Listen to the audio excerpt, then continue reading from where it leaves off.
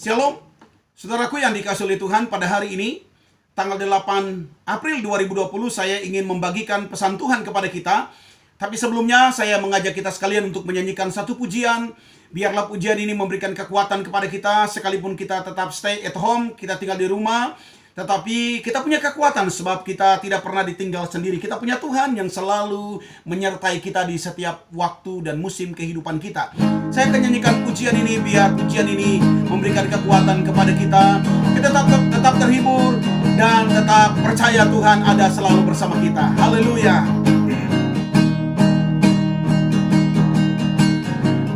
Tuhan jadi andalanku, hanya Kau Tuhan yang ku percaya. Di saat aku sudah tak mampu, hanya Yesus sanggup melakukannya.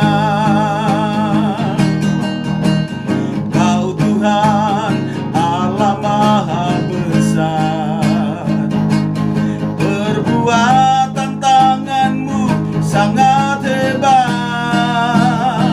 tinggi mulia, agung perkasa. Yesus Kau Tuhanku yang maha dahsyat. Aku percaya ada mujizat. Aku percaya Tuhanku dahsyat, perbuatan ajaib telah dikerjakannya. Aku percaya ada mujizat. Aku percaya ada mujizat. Aku percaya Tuhanku dahsyat, perbuatan ajaib telah dikerjakannya. Aku percaya ada mujizat. Aku percaya ada mujizat. Aku percaya ada mujizat.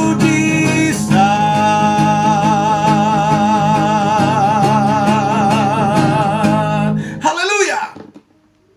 Saudara-saudara yang dikasihi oleh Tuhan Yesus, pada hari ini saya fokus perhatian saya kepada Amsal pasal 3 ayat 18.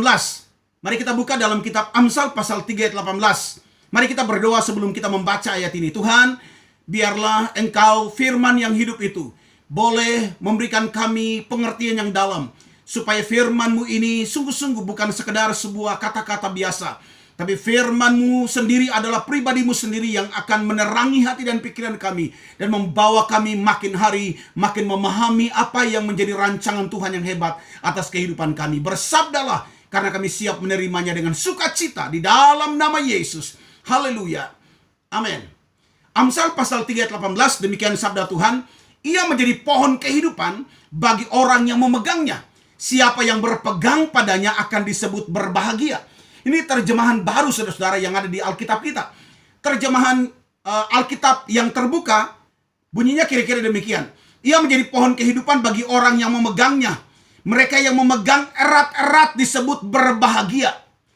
Saudara-saudara, itu sebabnya pada hari ini saya ingin menyampaikan judul renungan hari ini adalah jangan lepaskan tanganmu. Katakan bersama saya, aku tidak akan pernah melepaskan tanganku. Ikuti saya, aku tidak akan pernah melepaskan tanganku. Aku akan berpegang erat kepada sumber kekuatan. Dan aku deklarasikan sumber kekuatanku bukan yang lain, tapi sumber kekuatanku hanya satu, yaitu Tuhan Yesus Kristus. Yes. Nah, saudara-saudara yang dikasihi oleh Tuhan, pertanyaannya adalah, ia menjadi pohon kehidupan. Alkitab berkata, ia menjadi pohon kehidupan. Ia itu sebenarnya siapa? Versi firman Allah yang hidup itu memberikan keterangan kepada kita, saudara-saudara. Bunyinya kira-kira demikian. Kebijaksanaan merupakan pohon kehidupan bagi orang-orang yang memakan buahnya.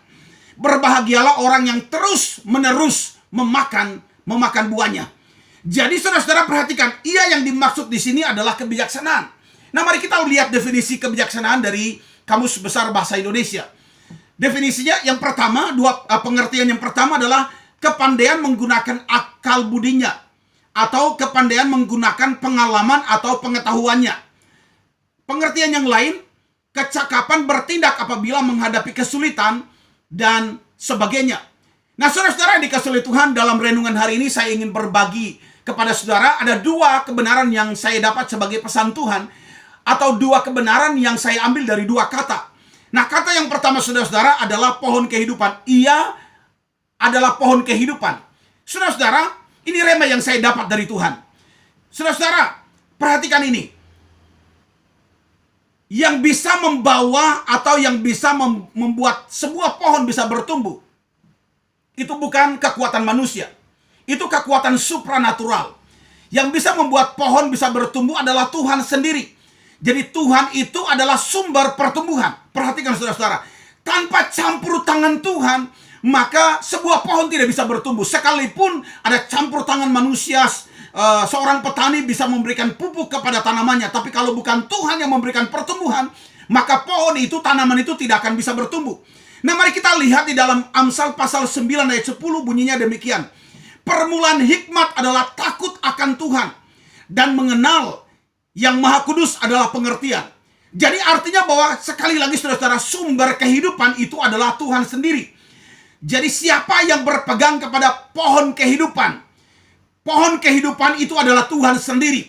Nah, kalau kita punya understanding, kita punya pemahaman dan pengertian semacam ini, maka saudara-saudara perhatikan bahwa kalau kita mau mengalami kehidupan yang selalu bertumbuh dan subur di masa-masa sukar, atau yang saya sebut dengan masa atau musim kemarau, musim kemarau yang berkepanjangan. Tapi dengarkan saudara-saudara, selama kita bertumbuh pada pohon kehidupan, kita berpegang pada pohon kehidupan, maka keluarga kita akan tetap hidup. Katakan amin saudara-saudara. Hidupmu dan keluargaku, keluargamu dan keluargaku akan tetap hidup. Pekerjaan kita akan tetap hidup. Kesehatan kita akan hidup. Seluruh jalan hidup kita akan membawa kepada kehidupan. Yang percaya katakan amin. Nah, saudara-saudara perhatikan, tidak ada cara lain selain kita dekat dengan sumber kehidupan supaya kita bisa hidup. Tidak ada cara lain saudara-saudara. Itu sebabnya saya percaya pohon kehidupan itu akan menjadi satu-satunya yang kita kejar di dalam kehidupan kita. Saudara-saudara perhatikan, sekalipun musim kemarau, kalau sebuah pohon itu bertumbuh di pinggir aliran sungai, maka sekalipun musim kemarau, selama aliran sungai itu tetap mengalir saudara-saudara, dengarkan saudara-saudara, maka pohon itu akan tetap hidup dan bertumbuh, bahkan berbuah sekalipun di musim kemarau. Dengarkan, sekalipun kita ada di musim kemarau, yang saya sebut musim kemarau, saat-saat ini, saat-saat COVID-19 sedang mendatangkan suatu suasana seperti musim kemarau, tapi saudara dan saya akan tetap bertumbuh, berbuah dan hidup, tetap diberkati, tetap bahagia, karena kita ada pada sumber aliran kehidupan yang namanya Yesus. Yang percaya katakan amin. Nah, itu sebabnya saudara-saudara yang dikasihi oleh Tuhan, saya berdoa hari-hari ini, jadikanlah satu-satunya Yesus sebagai sumber kehidupan kita, sumber kebahagiaan rumah tangga kita, sumber kebahagiaan di dalam pekerjaan dan bisnis kita, sumber kehidupan bagi seluruh kehidupan kita. Yang percaya katakan amin. Haleluya. Yang kedua saudara-saudara, kebenaran yang kedua adalah bagi orang yang berpegang padanya. Jadi hanya bagi orang yang berpegang padanya. Yang tidak berpegang padanya tidak akan hidup saudara-saudara. Oh haleluya. Jadi saudara-saudara perhatikan, bagi orang yang berpegang padanya akan berbahagia. Terjemahan yang lain saudara-saudara, berpegang itu bukan sekedar berpegang, tapi berpegang erat-erat kepadanya. Nah, lalu kemudian mulai saya pikir, berpegang erat-erat itu maksudnya apa? Nah, saudara-saudara, hari-hari ini jangan hanya menjadi orang Kristen yang sekedar berpegang. Oh, mengaku saya orang Kristen, saya percaya Yesus juru selamat. Jangan sekedar ada pada level itu, hanya sampai pada level itu. Sebab kalau engkau ada pada level itu, maka engkau hanya sekedar pengertian ini, sekedar engkau berpegang padanya.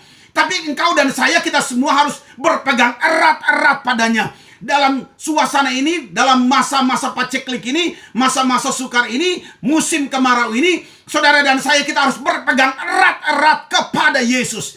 Kita makin mencintai Yesus lebih dari segalanya. Kita menjadikan Yesus sebagai sumber kekuatan kita. Kita menjadikan Yesus sebagai satu-satunya andalan hidup kita. Saudara-saudara, saya mau beritahu, semua bisa berubah. Jangan bersandar kepada manusia. Jangan bersandar kepada kekayaan. Jangan bersandar kepada kepandaian. Jangan bersandar kepada jabatan. Jangan bersandar kepada apapun di dalam dunia ini. Tapi bersandarlah hanya kepada Yesus. Alkitab berkata, bagi mereka yang berpegang padanya. Saya berdoa, firman ini, itu adalah golongan orang-orang yang berpegang padanya. Kita adalah golongan orang-orang yang berpegang padanya, yang selalu menjadikan Yesus sebagai satu-satunya andalan hidup kita. Saudara-saudara yang dikasihi oleh Tuhan, saya percaya selama saudara dan saya berpegang kepada Yesus sebagai pohon kehidupan kita, satu-satunya andalan hidup kita, maka saya percaya sekalipun kondisinya makin buruk, tapi saudara dan saya akan tetap tenang. Yang percaya katakan amin. Akan tetap tenang, akan tetap percaya bahwa ada Tuhan yang selalu menyertai kita. Dia tak pernah tinggalkan kita. Dia selalu ada di setiap musim kehidupan kita. Saya berdoa di masa-masa yang sukar ini, saudara dan saya kita tetap bertumbuh, kita tetap berbuah, kita tetap bahagia, kita tetap diberkati, kita semua tetap dalam perlindungan dan pemeliharaan Tuhan selalu. Yang percaya katakan amin. Haleluya. Selalu terjadilah di dalam nama Yesus. Doa saya menyertai saudara. Immanuel, Allah beserta kita. Tuhan Yesus memberkati kita sekalian. Amin.